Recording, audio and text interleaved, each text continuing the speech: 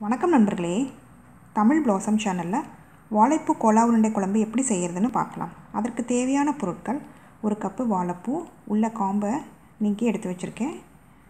1/4 cup கடலப்பருப்பு, அரை மணி நேரம் ஊற வச்சுருக்கேன் சுடுதண்ணியில்.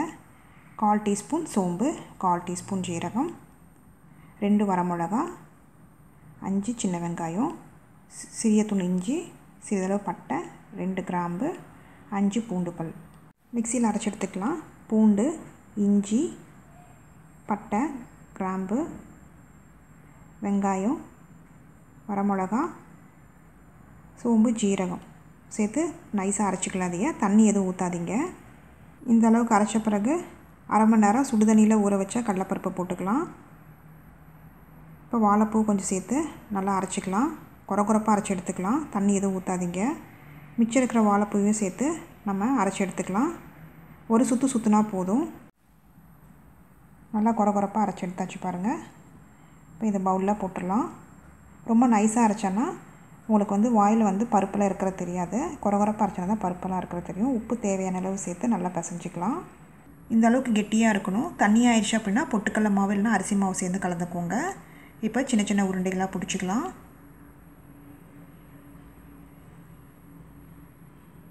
இந்த சைஸில் உருட்டி எடுத்துக்கலாம். எல்லாத்தையும் உருட்டி வச்சுக்கலாம். பாருங்கள், எல்லாத்தையும் உருட்டி வச்சாச்சு.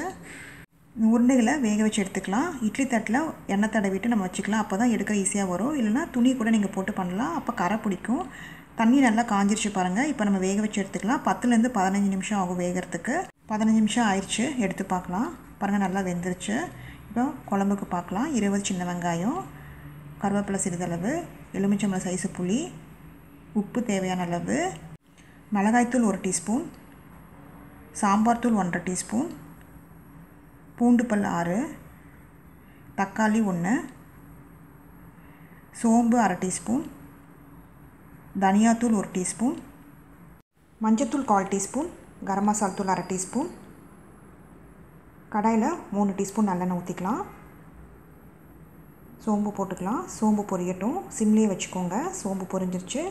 சின்ன வெங்காயம் கட் பண்ணி போட்டுக்கலாம். பூண்டையும் கட் பண்ணி போட்டு நல்லா வதக்கிக்கலாம். சிம்லேயே வச்சு நல்லா வதக்கிக்கோங்க.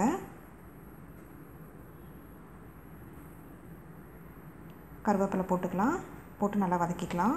சிம்லேயே வச்சுக்கோங்க. உப்பு சிறிதளவு போட்டுக்கலாம். வெங்காயம் வதங்கிறதுக்காக போட்டு சிம்லேயே வச்சு நல்லா வதக்கிக்கலாம். தக்காளி பழத்தை கட் பண்ணி போடாமல் நம்ம அரைச்சி ஊற்றிக்கலாம். ஊற்றி நல்லா கலந்து விட்டுக்கோங்க. 2 நிமிஷம் அப்படியே கொதிக்கட்டும்.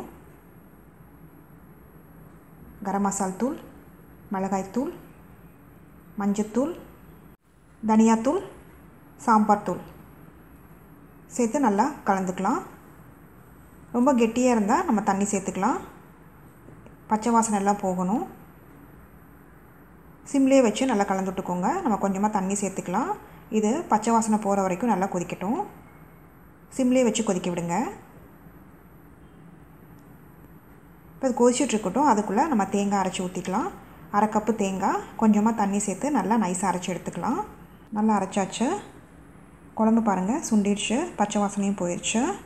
இப்போ புளி கரைச்சலை ஊற்றிக்கலாம். நான் 1 டம்ளர் சுடுதண்ணியில் புளி கரைச்சலை கரைச்சி வச்சுருக்கேன். அதையும் ஊற்றிடலாம். ஊற்றி நல்லா கலந்து விட்டுக்கோங்க. நல்லா கொதிக்கட்டும். இதுக்கு தேவையான அளவு உப்பு சேர்த்துக்கலாம். பச்சை வாசனை போகிற அளவுக்கு நல்லா கொதிக்க விடலாம். பாருங்கள், எண்ணெய் பிரிஞ்சு வந்துருச்சு. பச்சை வாசனையும் போயிடுச்சு. இப்போ தேங்காய் அரைச்சி விழுதை ஊற்றிக்கலாம். இதுக்கு பதிலாக தேங்காய் பால் கூட ஊற்றிக்கலாம். இந்த மாதிரி தண்ணியாக இருக்கணும். அப்போ தான் உருண்டை போடுறப்ப உருண்டை தண்ணியை இழுக்கும். ரொம்ப கொதிக்க வைக்கணும்னு அவசியம் இல்லை. ஒரு கொதி வந்தால் போதும். பாருங்கள், ஒரு கொதி வந்துருச்சு. இப்போது வேக வச்ச உருண்டையை போட்டுக்கலாம். அது முழுகிற அளவுக்கு இருக்கணும். ஒரு 5 நிமிஷம் சிம்லேயே வச்சு வேக வைங்க. ஆவியில் வேக வைக்காமல் அப்படியே உருண்டையை போடலாம். அப்படி போட்டிங்க அப்படின்னா 5 நிமிஷத்துக்கு அப்புறம் கிளறி விடுங்க. உருண்டை உடையாமல் கிடைக்கும். கொஞ்சம் கொதிக்கட்டும் குழம்பு. 5 நிமிஷத்துக்கு அப்புறம் பாருங்கள், உருண்டை அப்படியே மேலே மிதந்து வரும். தண்ணியும் நல்லா இழுத்துருக்கும். உங்களுக்கு கெட்டியாக இருந்ததுன்னா குழம்பு சுடுதண்ணி கொஞ்சம் ஊற்றிக்கோங்க. உருண்டை பாருங்கள், மேலே மிதந்து வந்திருக்கு. இந்த அளவுக்கு கெட்டியாக இருந்தால் போதும் குழம்பு. நம்ம அடுப்பு ஆஃப் பண்ணிடலாம்.